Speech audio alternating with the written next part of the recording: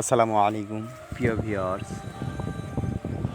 Islamic হেদায়েত TV প্রথম ভিডিওতে আপনাকে স্বাগত।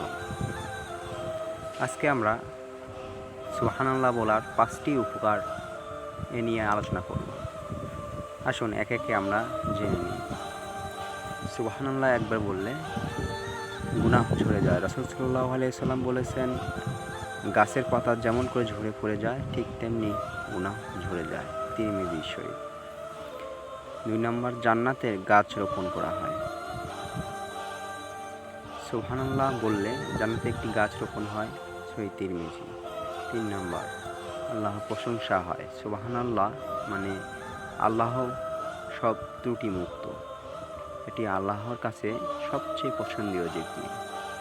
দুশ্চিন্তা দূর করে নিয়মিত পাঠে হৃদয় প্রশান্তি আসে।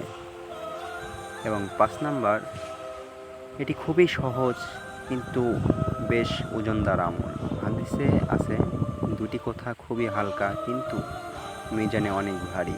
সুবহানাল্লাহি ওয়া বিহামদিহি সুবহানাল্লাহিল আযীম। সহিহ বুখারী ও মুসলিম শরীফ। আপনি কি এই জিকিরটি এখনই 10 বার বলবেন? সুবহানাল্লাহ সুবহানাল্লাহ। ভিডিওটি ভালো লাগলে শেয়ার করুন যাতে অন্যের ঈমান জাগে। সাথে থাকুন ইসলামিক হেদায়েত টিভি এবং ভালো লাগলে সাবস্ক্রাইব করতে ভুলবেন না।